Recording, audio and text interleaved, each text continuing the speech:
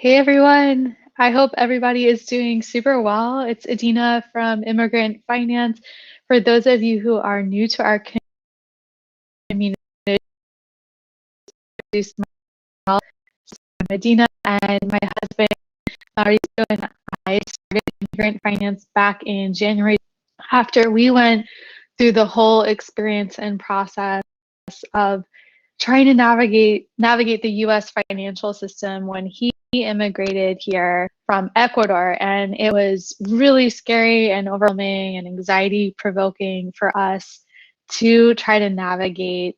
There were no resources out there about finances and the financial system for immigrants and their family members. I was even a law student at the time, studying to become an immigration lawyer, and I still had a really hard time figuring it out. So we started sharing what we were learning on our blog at immigrantfinance.com. And since then, we have grown the platform to be able to work with so many amazing people and help provide support for others going through that situation.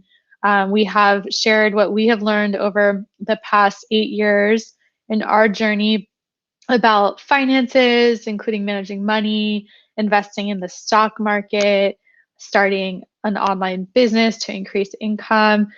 We have that now all in our Immigrant Finance School program, which is our signature 6-week group coaching program we do a couple times a year. We have our podcast. We've got our Facebook group where we do live training several times a month. And our goal is really to be helping more immigrants and their families be learning how to build wealth so they don't have to struggle so much and they can have that support and make that shift from being in survival mode to more thriving. So that brings me to the topic for today, which is I want to talk about why immigrant families need to stop overworking so much. This is a really, really important topic and something I talk about with so many people in our community, and an issue I see playing out with so many of you that I connect with, where you're you're doing multiple jobs, or your parents have been doing multiple jobs for decades, and they don't really have much to show for it. And, it's um, the wealth is not building, and, there's not enough free time, there's not enough time with your families, and the numbers are not adding up. And this is something super common I've seen in the immigrant community with people overworking. So I wanted to talk more about it and share a little bit about our personal experience with it. I'm also going to go into more detail about my personal experience on this topic as the great granddaughter of Jewish refugees. Now, I'm a few generations down, I'm not an immigrant myself, but I have seen how that overworking gets passed down because I struggle with it a lot too. And so much of it comes from the scarcity mindset of feeling like you're not having enough, worrying about the future, worrying about what can happen to you when you come from an immigrant family and you've struggled. That gets passed on for generations. So let's talk about, why it's so important to change that narrative and change those habits for future generations. I'll also talk about our experience with Mal, who's been a more recent immigrant, right? He came to the U.S. in 2013, and his experience with overworking and hustling to try to survive in this country as well, and how that's played out and the decisions that we've made. But first of all, why is this such an important topic? So, as I've been mentioning, and as you all know very well, there are so many immigrants and their family members who are overworking, who are working 3 jobs to make ends meet, who are working 14-hour days, who are doing hard labor, breaking their backs, right? And this country has a history of taking advantage of immigrant labor and immigrant bodies, and not paying people fairly and overworking people, right?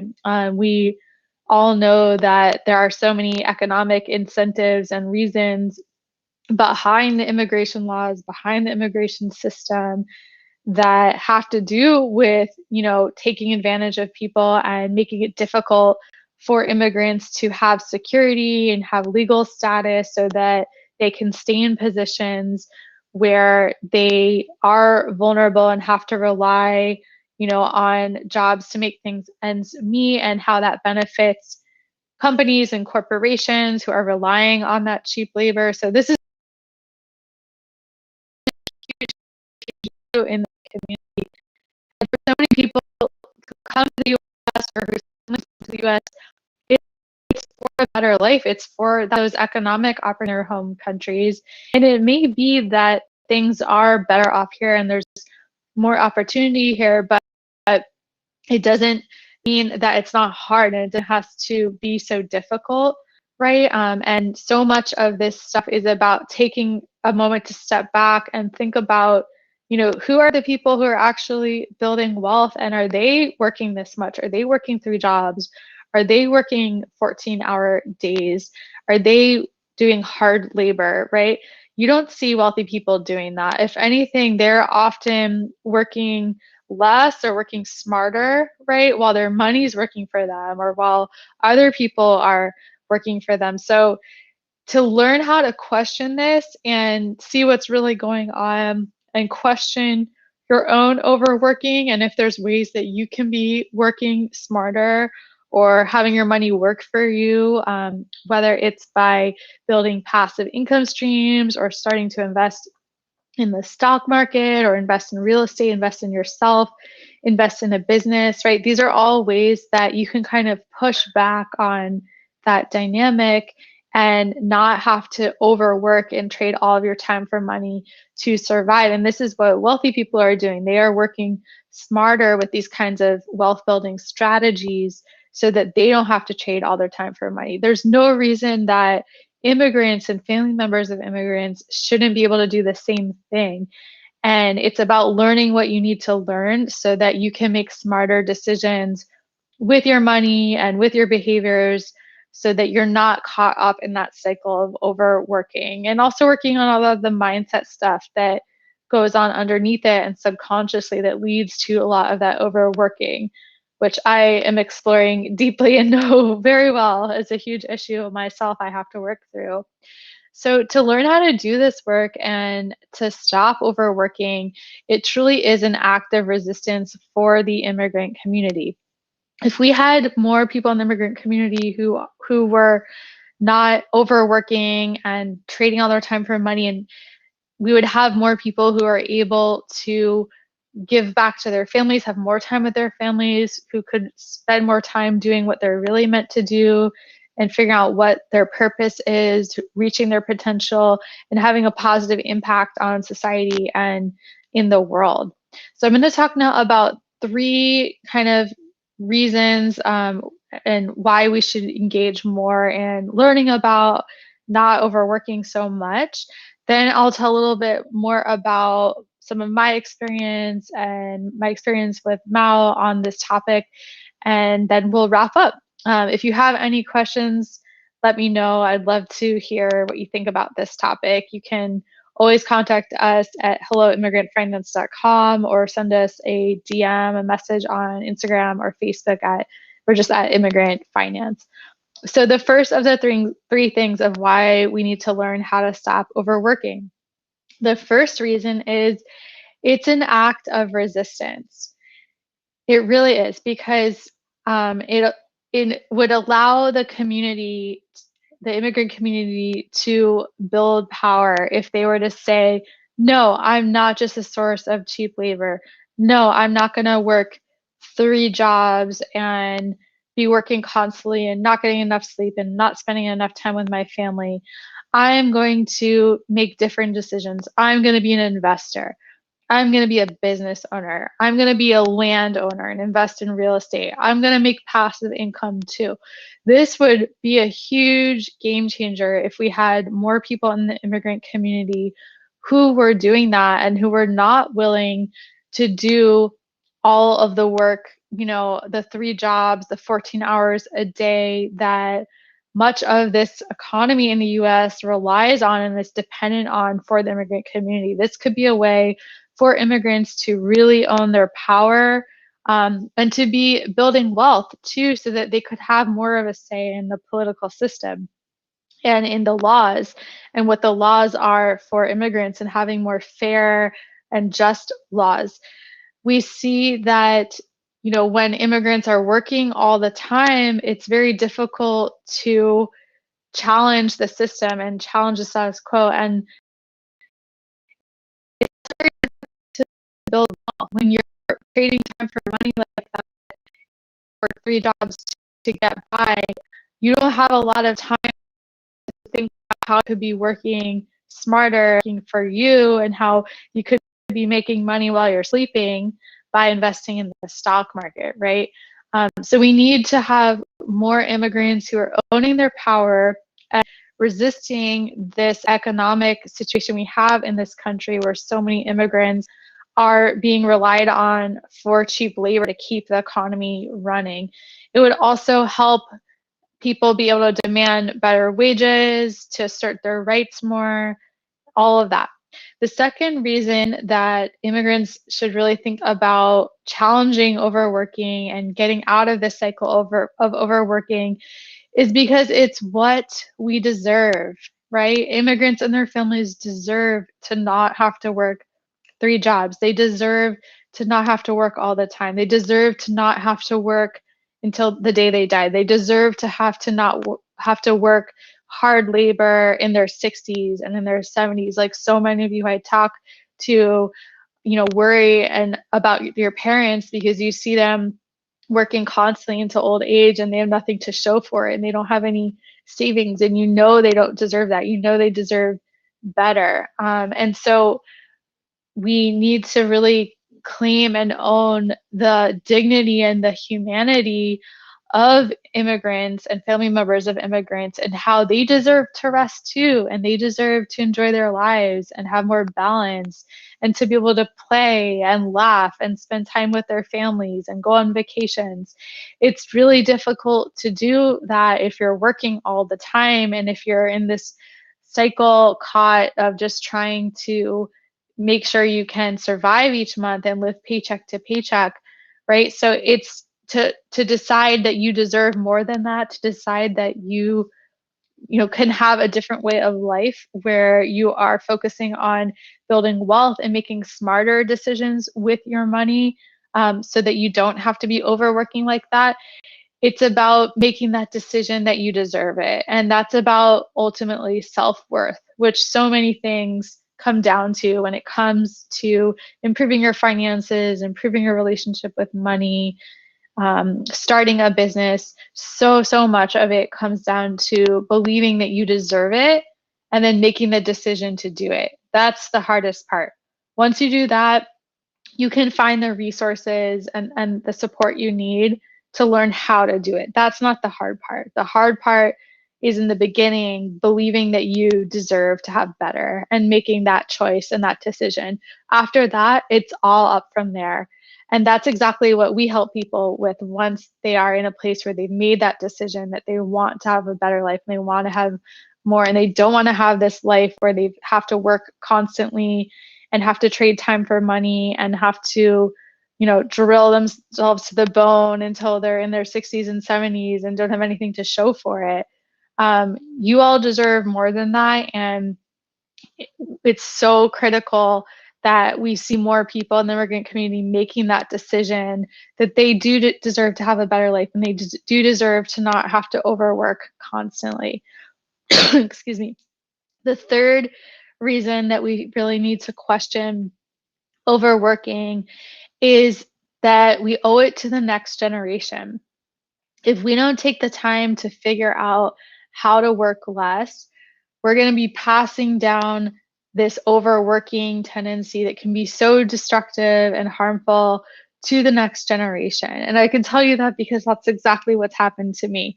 I'm the third generation, as I mentioned, and I have grown up with the legacy of my immigrant ancestors who were struggling to survive and overworked and worked constantly. It was passed to my parents and to me, and I do the same thing. And it takes so much deep subconscious and mindset work to work past that. And if you don't do that work, it's going to pass to the next generation and the cycle will continue. So if you don't believe that you deserve better, right? At least do it for your children and the next generation so that they don't have to be caught in that same cycle of overworking constantly until they die and there's nothing to show for it. And I'll tell you a little bit more about kind of what, with the theme of always trying to be as transparent and sharing what we're learning in our journey. I would love to share a little bit more. So, kind of our backstory of what's going on is I mentioned on my end, like coming from a family of refugees who fled with nothing to this country, fled for their lives, had to struggle in poverty to survive, who built businesses from nothing, right? That constantly worked, never had a day off. That's been passed down to me, and I have been an overworker because of that, and that's directly tied to my own immigrant experience. That's been something that I've only recently become more aware of and have been exploring a lot. And want to give a shout out to the amazing coach, Ali Weaver, who's been helping me a lot on this topic and exploring that. And then what's been going on with my husband, Mao, who came about 8 years ago to the US, is he had to come and take any job he could to survive and have to work all the time as well. And he was in many jobs where he wasn't paid well or wasn't treated well. And in those situations, that has had a huge effect on his mindset and his exhaustion and physical health, and it really takes a toll, as you all know well. So we both have had our own experiences with overworking from different parts and stages of the immigrant journey that I'm sure a lot of you can relate to. And for us, in this topic, what we really wanted to explore is like figuring out how can we have a better life where we can really prioritize our family and what gives us joy, what gives us happiness. How can we find a way out of this cycle where we're not just living a life of working all the time and overworking and always feeling like we're not doing enough, right? And so the problem with that on my end has been just like those years and years passed down from generations of that trauma of struggling to survive and not the fear of not having enough, right? And wanting to keep our family safe, wanting to do everything that we can, right, to try to make sure that we're secure and have that control. I know that's something like a lot of you relate to, but it just got to a point where it's not sustainable to overwork that much. And like I've been just talking about earlier, that we deserve more and you all deserve more. And starting to question it because why are you seeing all these wealthy people who don't work like that, who aren't working 14 hours a day, right? And are making a ton more money. So why is that happening? And starting to just question it and explore this topic more, we really realize that a lot of the overworking comes from that ancient fear that so many of us share that is so deep in the subconscious of the fear of not having enough. That's a really big fear with money that drives a lot of us that we may not even be aware of, that is often at the root of a lot of our financial decisions and behavior. And if you're working from a place of fear like that, it's often not going to be good work, especially if you're doing work where you're trying to help others and make an impact and serve. If you're coming from a place of fear of not enough, that is usually not going to work out so well. So it's so important to dig deep and figure out, like, why am I overworking? Is it coming from a deep-seated fear that I'm constantly in this rat race of trying to run from, or and to really question that. So what do we do to try to get to a place where we could prioritize family more and not have to be working from this place of fear and not having to always feel like we're proving ourselves, right? So a lot of it has been about working on embracing different mindsets and different thoughts when it comes to our relationship with money, our own thoughts about ourselves, and embracing that, we are safe, and wherever you are, I'm not saying that you should lie to yourself if you are really, really struggling and you are, having a hard time putting a roof over your head, right? And safety is actually a real concern. I'm not saying to lie to yourself and say, I am,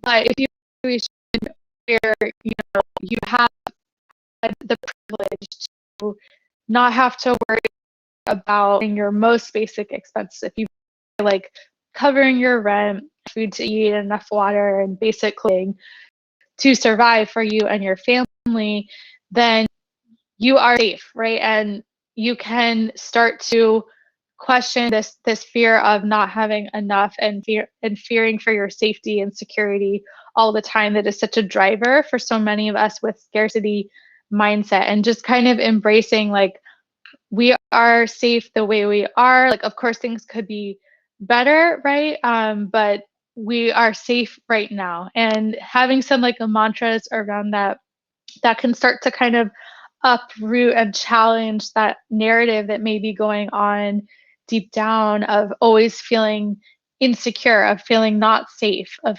worrying about not having enough. There's so many students who I've worked with who have lots and lots and lots of savings, but they are constantly terrified of not having enough and not spending any money and not enjoying life, right? And not challenging themselves and going to the next level and growing because they are just always worried about the next crisis. They're always worried about the next emergency. And they've grown up with, they have those fears for a good reason because they've grown up really struggling and being in emergency to emergency, but they're not at that point in their life now and they're still living that way.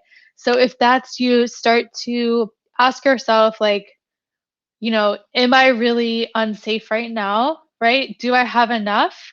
Am I able to survive? And start telling yourself like, I am safe.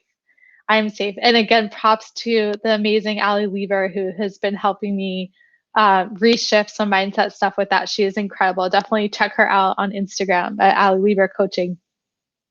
So you can start doing mantras like that. You can also start carving out time where you purposefully don't work. If it's really hard for you to stop working, you can put time in your calendar that's set out for just like free, I like to call it white space time, where there's like no agenda. It's not a time where I'm going to be doing stuff on my to-do list. It's not a time where I'm going to be worrying about what I need to do next, and just to kind of create that space in your life where you can play and be in the moment, enjoy and have time with your family. You can also ask for accountability from your loved ones. This is something that's been helpful for me that Mal has always supported me with. He's like, you gotta, you're still on your computer and you said you're gonna stop working, and like just like putting each other in check, putting each other in accountability with your loved ones can also be helpful if you find yourself just like constantly working when you don't even intend to and it just keeps happening. You may need some support from a loved one who can help you with that. So those are some kind of strategies we started doing to start getting out of this overworking mindset. One thing too that's been helpful is just being like, do I really need to do this right now? Is it really urgent, or can it wait? Like, can I take this time for me right now to rest and to rejuvenate? And so trying out habits, it's been super helpful to challenge the overworking, but the habits are habits and they tend to kick in. And, especially if you like get off a little bit with, sticking to what's been working, if you're having a hard week or something, you can find yourself going back into those habits of overworking or taking on more jobs when you really should be resting. I know one of our students told me that like she doesn't really need the money. I mean, she's fine. She can get by, but she just always finds herself taking on second and third jobs because she's just terrified of being in a position where she doesn't have enough. So that's what I was kind of referring to with those fears of not having enough that really underlies scarcity mindset and can be really dominating and influencing your behaviors and your overworking. So by starting to do some of this work, there's so much more work we have to do, but by starting to do some, practice some, we're creating more time to relax, to have some more fun, to spend more time with our family, to work, hard when we do work, and then play hard and rest when we're not working, and also of our decisions.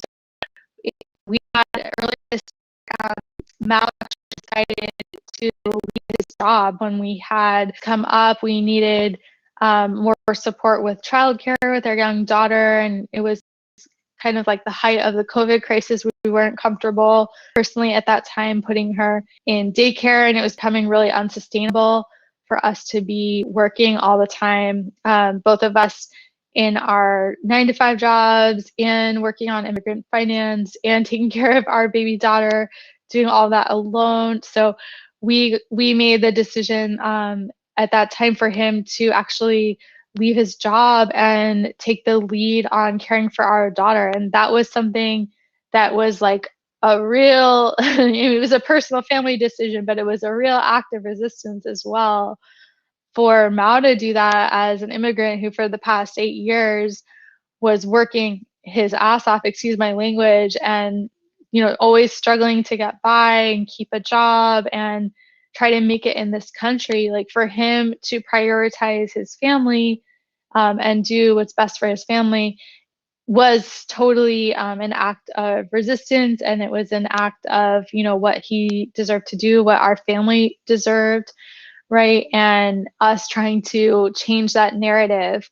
of being able to not overwork all the time and instead make better choices about what's best for our money and how for our what's best for our family, and how we can be using money in smarter ways so that we don't have to work constantly and we can have more of that balance as a family.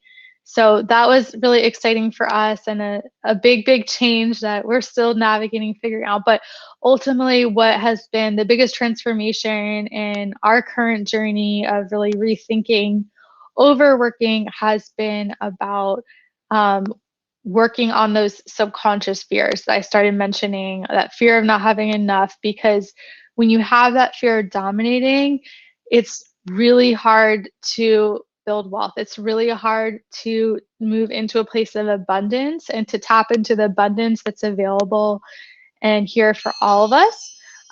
It becomes a situation where you're really living all the time. So sorry, I think I just cut out. Yeah, so I was saying you stay in scarcity mindset when you're in that mind space of overworking all the time. It's really hard to transition into abundance. It actually hurts the building wealth process when you are, always fearing not having enough and working from that place and overworking from that place. So those are three things. So those are three things you can do to start challenging overworking. You can start to see that it is an act of resistance to challenge overworking. You can see it's something that you deserve. That you deserve to have, less overworking in your life, and to have more time with your family, to have more time to rest, to even have time to rest, to have time to sleep a full night's sleep. And third, to that you owe it to the next generation as well, to challenge this habit and societal economic situation we have where immigrants are always overworking and doing so much. So these are some strategies that I hope are helpful to start thinking about this topic more. And we would love to learn how to continue on this journey with you all and change this pattern of overworking together that is so common in this community. If you have any strategies that have worked with you, please reach out and let us know so that we can learn from you and share it with others in the community who could benefit. And if you're looking for more support to make this shift from overworking and being in survival mode and being in paycheck to paycheck to having more abundance to learning how to build wealth to making sure you know how to manage money and that you're investing and finding ways to increase income, that we would love to work with you. That's exactly what we support people with in our signature program, Immigrant Finance School. That's our 6-week personal finance and building wealth group coaching program for immigrants and their families, where we really empower our students to make that shift from surviving to thriving to build generational wealth. So if you'd like to learn more about that, go ahead and check out immigrantfinanceschool.com. And we look forward to hearing from you. Take care.